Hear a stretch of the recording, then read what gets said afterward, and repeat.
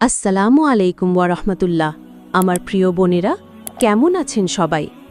আচ্ছা আপু, আমরা কি কখনো শান্ত হয়ে ভেবে দেখেছি আমাদের ছোট্ট একটা ভুল বা সামান্য একটা কথায় আমাদের জীবনসঙ্গীর মনে কতটা গভীর দাগ কাটতে পারে? আমরা কি জানি হয়তো আমাদের অজান্তেই করা কোনো আচরণ আমাদের দুনিয়া ও আখিরাত দুটো জীবনই ক্ষতিগ্রস্ত করছে? আজ আমরা এমনই এক সংবেদনশীল কিন্তু খুব জরুরি বিষয় নিয়ে কথা বলবো, যা প্রত্যেক স্ত্রীর জানা প্রয়োজন। আমাদের আজকের আলোচনার বিষয়, স্বামীকে কষ্ট দিলে স্ত্রী কি জাহান্নামী হবে?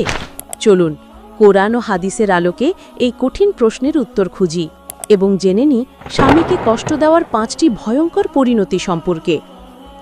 1. ইবাদত কবুল না হওয়া। প্রথমেই যে বিষয়টি আসে তা হলো ইবাদত কবুল না হওয়ার ভয়।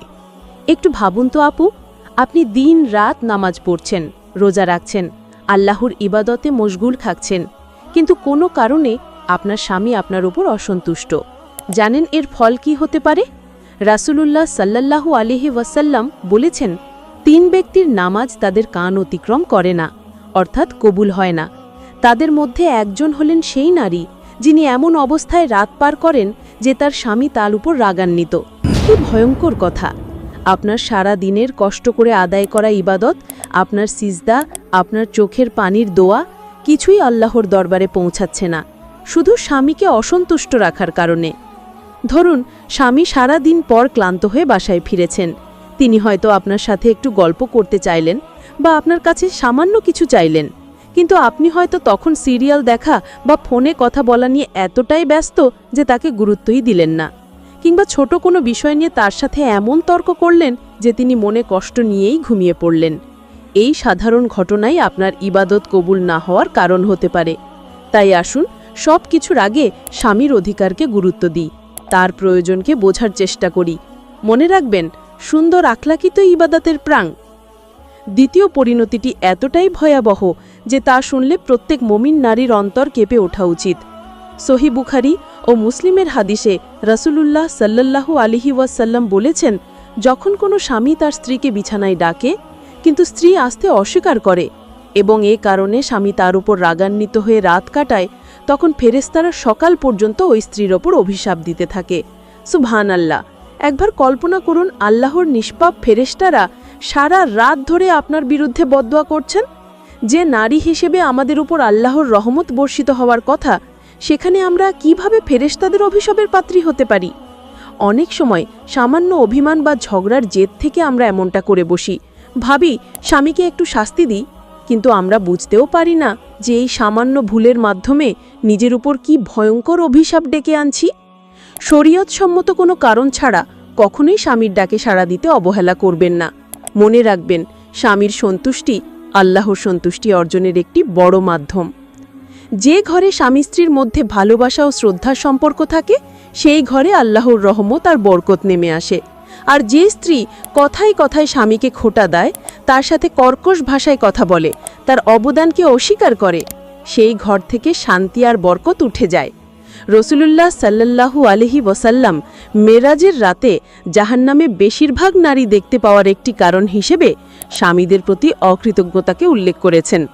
যে স্ত্রী স্বামীর সামান্য ত্রুটিতেই বলে ওঠে, তোমার সংসারে এসে আমার কি লাভ হলো, আমি তো কিছুই পেলাম না, সে আসলে নিজের অজান্তেই ঘর থেকে আল্লাহর রহমতকে তাড়িয়ে দিচ্ছে। আপনার স্বামী হয়তো তার সাধ্যের সবটুকু দিয়ে আপনার প্রয়োজন মেটানোর চেষ্টা করছেন, কিন্তু আপনি হয়তো পাশের বাসার ভাবির নতুন শাড়ির গল্প বলে বা অমুকের স্বামী তাকে কোথায় ঘুরতে নিয়ে গেল এসব বলে নিজের স্বামীকে ছোট করছেন। এই আচরণগুলোই একটু একটু করে দাম্পত্য জীবনের সুখ কেড়ে নেয়। আসুন অল্পে তুষ্ট থাকতে শিখি, স্বামীর চেষ্টার প্রশংসা করি, তার প্রতি কৃতজ্ঞ থাকি। দেখবেন আল্লাহ নিজ হাতে আপনার সংসারে বরকত ঢেলে দেবেন। চতুর্থ পরিণতিটি হল দুনিয়াতেই নগদ শাস্তি, পারিবারিক অশান্তি। যে স্ত্রী তার স্বামীকে সম্মান করে না, তার কথার মূল্য দেয় না, তার সাথে পরামর্শ করে না, সেই সংসারে সারাক্ষণ অশান্তি লেগেই থাকে। ইসলাম পুরুষকে দিয়েছে পরিবারের অভিভাবকের দায়িত্ব, আর স্ত্রীকে দিয়েছে সেই দায়িত্ব পালনের সহযোগীর ভূমিকা। এর মানে স্বৈরচার নয়, বরং পারস্পরিক আলোচনার মাধ্যমে একটি সুন্দর জীবন পরিচালনা করা। কিন্তু স্ত্রী যদি কথায় কথায় স্বামীর অবাধ্য হয়, সবার সামনে তাকে অপমান করে কথা বলে, তাহলে সেই সম্পর্ক বিষাক্ত হতে বাধ্য। ধরুন, স্বামী পরিবারের ভালোর জন্য একটি সিদ্ধান্ত নিলেন, আপনি তার কারণ না বুঝেই বিরোধিতা শুরু করলেন। এই কাজগুলোই ধীরে ধীরে স্বামীর মন থেকে আপনার জন্য ভালোবাসা ও শ্রদ্ধা দুটোই কমিয়ে দেয় এবং ভালোবাসার সংসারকে একটি যুদ্ধক্ষেত্রে পরিণত করে। স্বামীর সাথে নম্রভাবে কথা বলুন, তার সিদ্ধান্তকে সম্মান করুন। দ্বিমত থাকলে একান্তে সুন্দরভাবে তাকে বোঝান। মনে রাখবেন, সংসার জেদ বা অহংকার দিয়ে চলে না, চলে ভালোবাসা, সম্মান আর পারস্পরিক বোঝাপড়া দিয়ে। আর সবশেষ এবং সবচেয়ে ভয়ঙ্কর পরিণতিটি হল আখিরাতের জাহান্নামের ভয়ঙ্কর শাস্তি। রাসূলুল্লাহ স্পষ্টভাবে নারীদের জাহান্নামে যাওয়ার কারণ হিসেবে বলেছেন, তারা স্বামীর অকৃতজ্ঞতা করে এবং উপকার অস্বীকার করে। একবার ভাবুন, যে মানুষটির সাথে আপনি সারা জীবন কাটালেন, কিয়ামতের দিন তার প্রতি আপনার আচরণই আপনার জান্নাত বা জাহান্নামের ফায়সালার কারণ হতে পারে। রাসূলুল্লাহ বলেছেন, স্বামী হলো তোমার জান্নাত অথবা তোমার জাহান্নাম।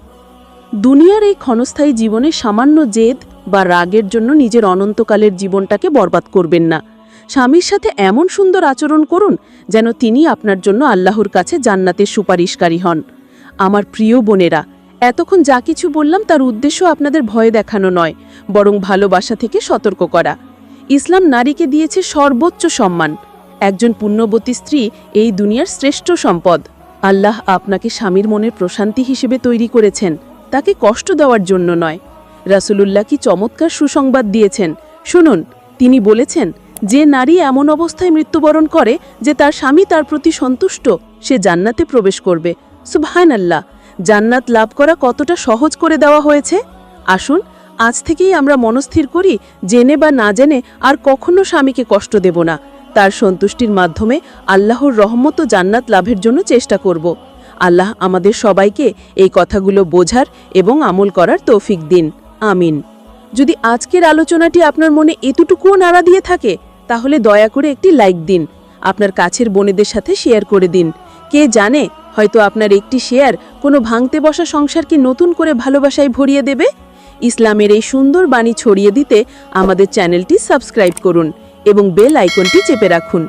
আপনার যে কোনো প্রশ্ন বা মতামত থাকলে কমেন্ট বক্সে জানাতে পারেন। খুব শীঘ্রই নতুন কোনো গুরুত্বপূর্ণ বিষয় নিয়ে আপনাদের সামনে হাজির হব। ততদিন পর্যন্ত ভালো থাকুন, সুস্থ থাকুন। আল্লাহ হাফেজ।